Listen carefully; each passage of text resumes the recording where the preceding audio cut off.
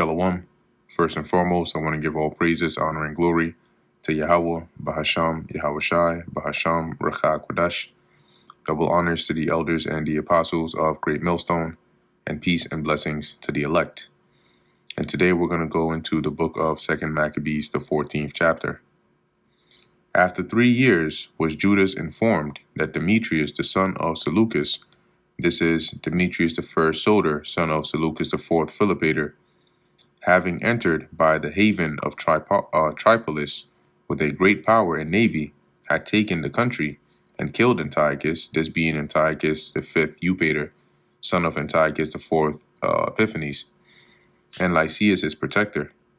Now one Alcimus, who had been high priest and had defiled himself willfully in the times of their mingling with the Gentiles. So back when, when the Israelites were, going after the ways of the Gentiles heavily, right, during the reign of Antiochus, this guy Alcimus, was also a willful partaker in that. Seeing that by no means he could save himself, nor have any more access to the holy altar, because everybody knew basically what he had done. He came to King Demetrius in the 150th year, presenting unto him a crown of gold and a palm, and also of the bowls which were used solemnly in the temple. And so that day he held his peace. So he brought these things unto him, but he didn't really do much talking that day. Howbeit, having gotten opportunity to further his foolish enterprise, and being called into council by Demetrius, and asked how the Jews soon affected, and what they intended, he answered thereunto. So basically, he waited for his opportunity, and once Demetrius called him to inquire about the state and affairs of the Jews, this was his answer. Those of the Jews that he called Assyrians, whose captain is Judas Maccabeus, nourish war and are seditious, and will not let the rest be in peace. See, so he basically started to speak evil of Judas Maccabees and his men, trying to say that they are, tyrannical, they're troubling the people, they're not trying to, let the land rest, and so on. They just love war. Therefore I, being deprived of mine ancestors' honor, I mean the high priesthood, am now come hither. For first, verily, for the unfeigned care I have of things pertaining to the king, and secondly, even for that I intend the good of mine own countrymen. So he's lying his ass off, making it seem like, he's coming here really because he cares first and foremost about the king's affairs, and then for the good of his people. For all our nation is in no small misery through the unadvised dealing of them aforesaid. So he's making it seem like Judas Maccabees and his men are causing the people of the nation to be in misery and stressed and anger and all that.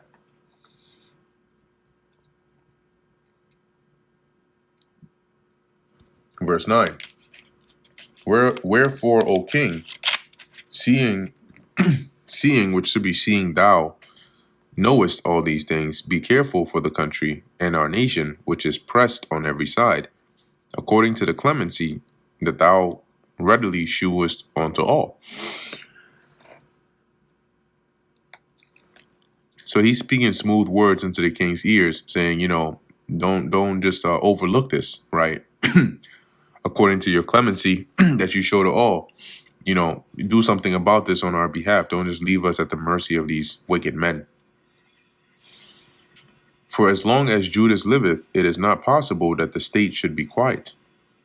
This was no sooner spoken of him, but others of the king's friends, being maliciously set against Judas, did more incense Demetrius. So some of the king's friends that were also, led to be against Judas can act Demetrius on to be, more and more into this mindset. And forthwith calling Nicanor, who had been master of the elephants, and making him governor over Judea, he sent him forth, commanding him to slay Judas and to scatter them that were with him, and to make Alcimus high priest of the temple, of the great temple. Then the heathen that had fled out of Judea from Judas came to Nicanor by flocks, thinking the harm and calamities of the Jews to be their welfare. So they immediately rallied behind Nicanor, thinking that with him and his troops going to take out the Jews, that would be good for them. Now, when the Jews heard of Nicanor's coming and that the heathen were up against them, they cast earth upon their heads and made supplication to him that had established his people forever, being the Most High, and who always helpeth his portion with manifestation of his presence. So via the Lord's presence, his divine intervention, he always helped Israel. So at the commandment of the captain, they removed straightways from thence, and came near unto them at the town of Desal. So Nicanor's army was on the move. Now Simon, Judas's brother, had joined battle with Nicanor, but was somewhat discomfited through the sudden silence of his enemies. So he went and he basically engaged with him, but he was losing because of this strategy, okay, that their adversaries or their enemies were using. Nevertheless, Nicanor, hearing of the manliness of them that were with Judas, and the courageousness that they had to fight for their country, durst not try the matter by the sword. So after hearing all these things and getting more detail about Judas and his brethren and so on, he decided, no, he's not gonna approach this through war and go at it with them. Wherefore he sent Posidonius and Theodotus and Mattathias to make peace. So when they had taken long advisement thereupon, and the captain had made the multitude acquainted therewith. So once they thought about this, you know what, let's actually make peace with them.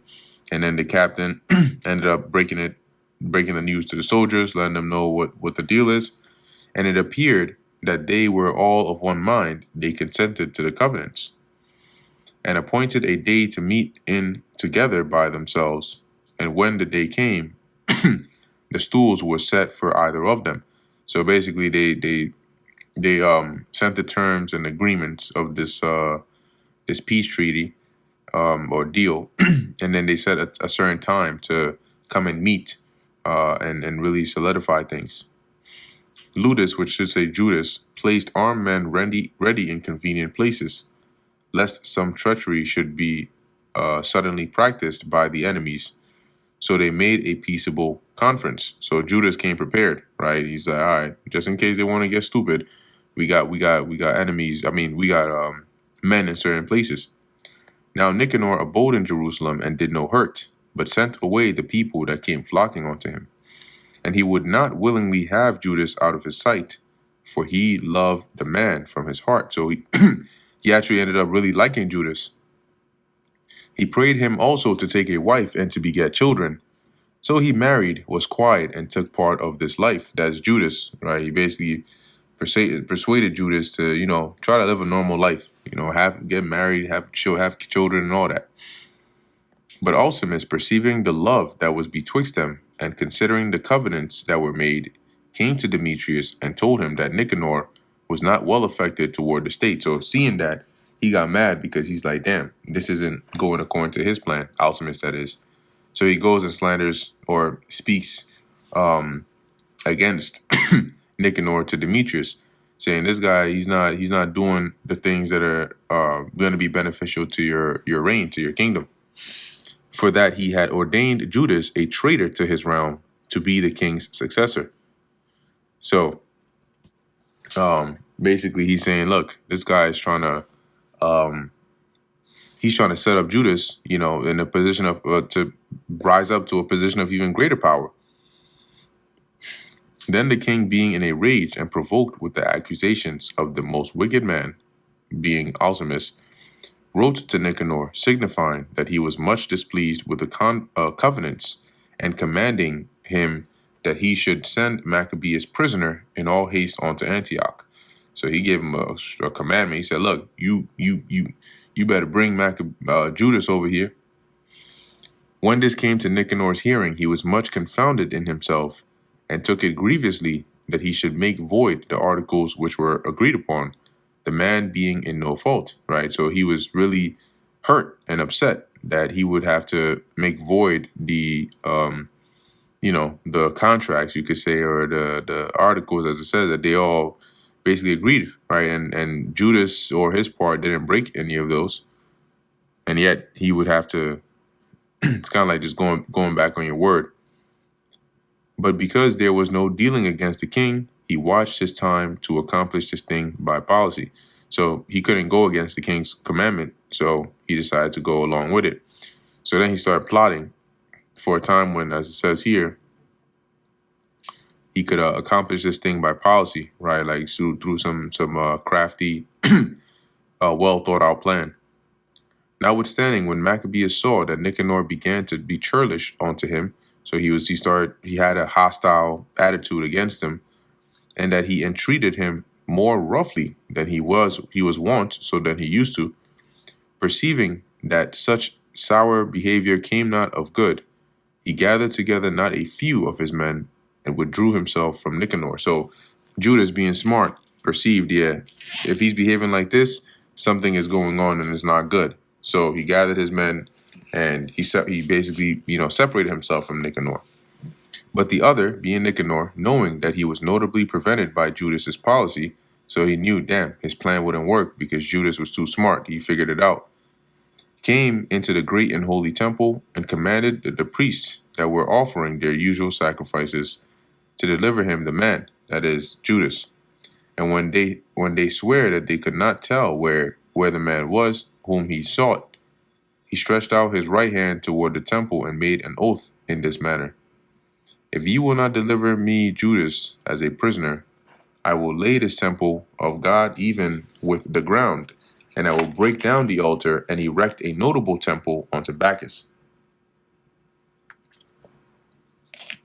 So he spoke very proudly, saying he would destroy the Lord's temple, break it down, and build a temple to a idol, a heathen deity in the stead. After these words he departed. Then the priests lifted up their hands toward heaven and besought him that was ever a defender of their nation, being the Lord, saying in this manner: Thou, O Lord of all things, who has need of nothing, was pleased that the temple of thine habitation should be among us. Therefore now, O Lord, O holy Lord of all holiness, keep this house forever undefiled, which lately was cleansed, and stop every unrighteous mouth. Now was the thing accused unto Nicanor. Slakia, now was there accused unto Nicanor Razis, one of the elders of Jerusalem, a lover of his countrymen, and a man of very good report, for who his kindness was called a father of the Jews. So he was a good man, right? Everybody knew him, everybody loved him.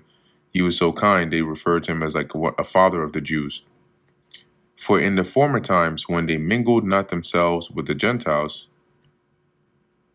he had been accused of Judaism and did boldly jeopardize his body and life with all vehemency for the religion of the Jews. So during the time of the heavy Hellenization, he was accused of Judaism. Right? Remember, there was a policy that you couldn't call yourself a Jew, and you couldn't keep the ancient feasts and Sabbath days and so on. But he was doing this secretly. So Nicanor, willing to declare the hate that he bare unto the Jews, sent above 500 men of war to take him, being this Razis, for he thought by taking him to do the Jews much hurt. So he thought he would really trigger them if he captured this man.